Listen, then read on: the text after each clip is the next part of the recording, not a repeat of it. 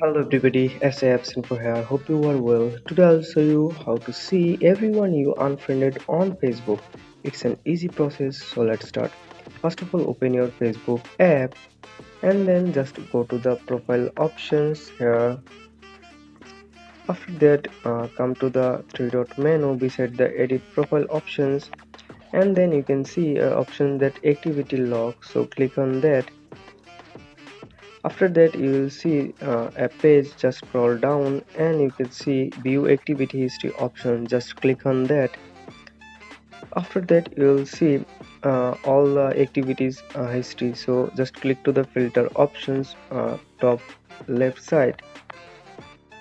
After that, click to the categories options and then click to the connections options.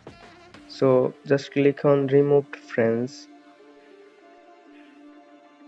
Here you can see the list, the friends you have unfriended. So hope this helps you. If this helps you, then don't forget to subscribe our channel for more informative videos. See you in the next one. Bye.